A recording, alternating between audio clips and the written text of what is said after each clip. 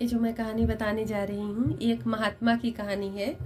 महात्मा मंदिर के पास बैठ के भीख मांग रहे थे और राजा जाते हैं मंदिर में।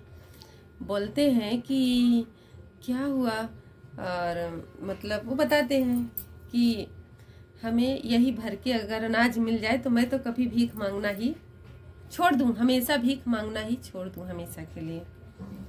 राजा साहब बोले बस चलो, मैं अन्न दाने से नहीं, सोने चांदी हीरो मोतियों से आपका ये घड़ा जो है, जो जिसमें मांग रहे थे भीख, हम भर देते हैं उसको। हाँ राजा साहब आप चलो भर दो, मैं हमेशा के लिए भीख मांगना छोड़ दूंगा। जाते हैं, राजा साहब जितना भी सोना चांदी हीरा मोती सब कुछ डालते जाते हैं, वो उसमें पड़ता है और गायब, पड़ता है गायब। ये क्या बात हुई, इसमें डालते ही गायब हो जाता है।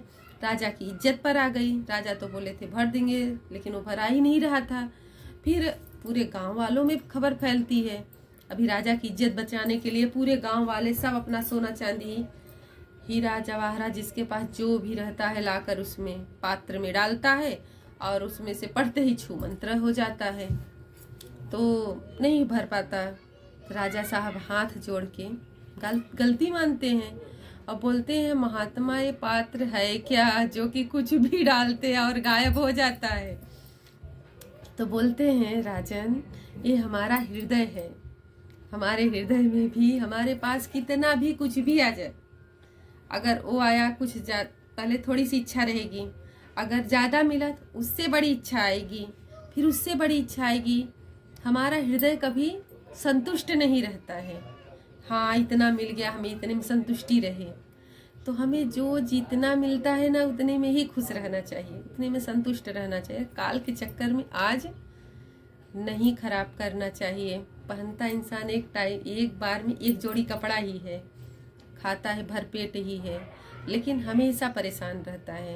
ये नहीं है वो जो है, कहने का मतलब परेशान मतलब कर्म करना चाहिए।